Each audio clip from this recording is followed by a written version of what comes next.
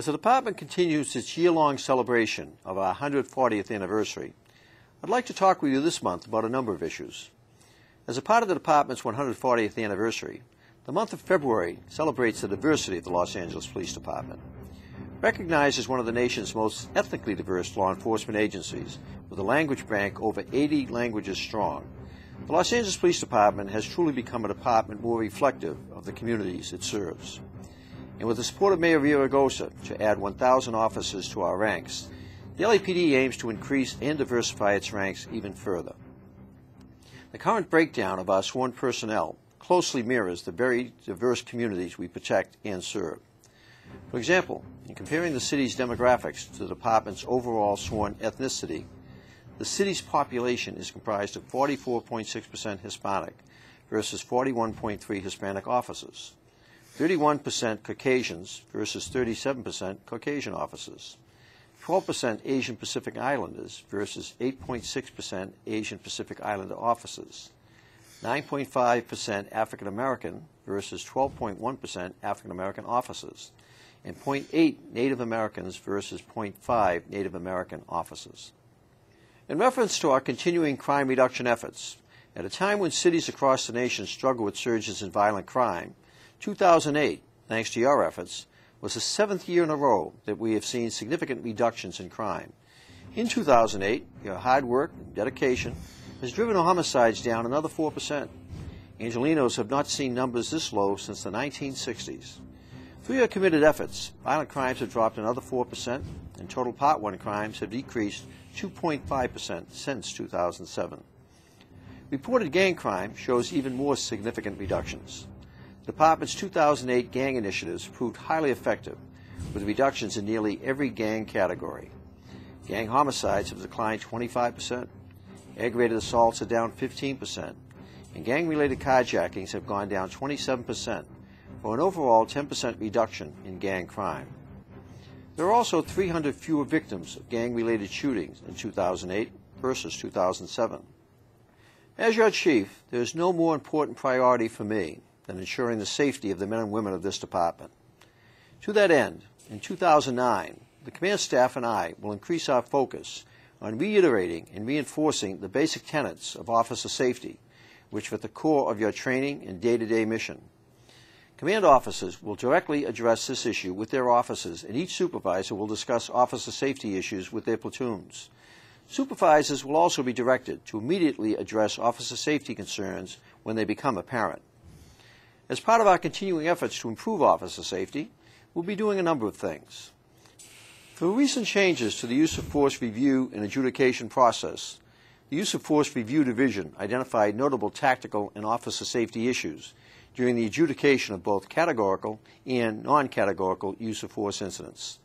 The following are some of the more serious trends and concerns that arise repeatedly and must be comprehensively and proactively addressed by all department members.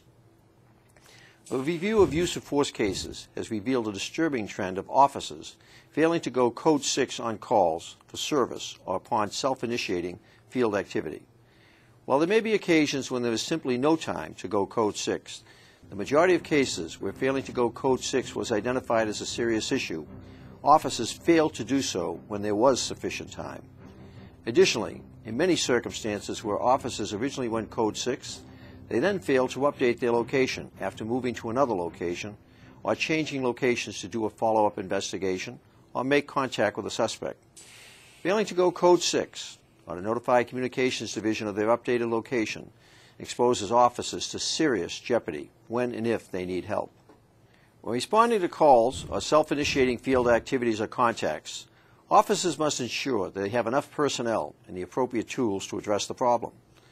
When officers face a violent suspect without sufficient assistance or the proper tools, such as a baton, taser, or beanbag shotgun, they may place themselves and their partners, as well as innocent civilians, at significant and avoidable risk.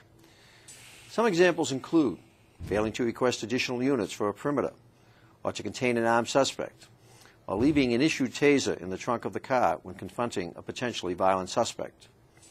Bottom line, officers should make every effort to maintain a tactical advantage.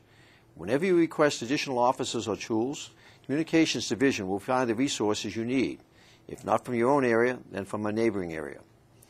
We are also this year acquiring an additional 1,200 more modern tasers for distribution of the patrol force, along with 10,000 rovers to be issued to each officer with individual ID numbers for emergency help identification.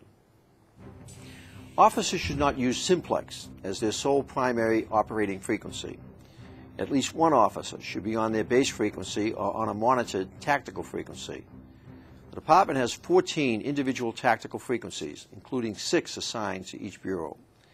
The issuing of individually assigned rovers will increase your ability to comply with this concern. While simplex is a great resource, it is limited in range and it is generally not monitored by Communications Division. In short, when you yell for help, it is possible that no one will hear you. When involved in tactical operations or during day-to-day deployment, officers must have access to their designated base frequency, or in the alternative, operate on a monitored tactical frequency when it is appropriate to do so. Another significant cause for concern is the trend for officers to mitigate their need for help. In several cases, officers broadcast a backup or assistance request when the incident had clearly escalated to an emergency and help was urgently needed. The policy on help calls is currently being rewritten. However, current department policy states that a help call must be broadcast when immediate aid is required by an officer. Ultimately, failing to broadcast a help call when help is clearly needed can cost lives. When in any doubt about help or backup, call for help. While on the subject of changing behavior, we are still not in 100% compliance with the state seatbelt law, and we must be. It is statistically more likely for an officer to be killed in a traffic collision than in an officer-involved shooting. We know for a fact that the use of seatbelts can prevent significant injuries in auto accidents. Even with airbags in vehicles, seatbelts are considered the best protection. Seatbelts are as much a part of our protective gear as our ballistic vests. Furthermore, the law is clear, and so am I. Wear your seatbelts.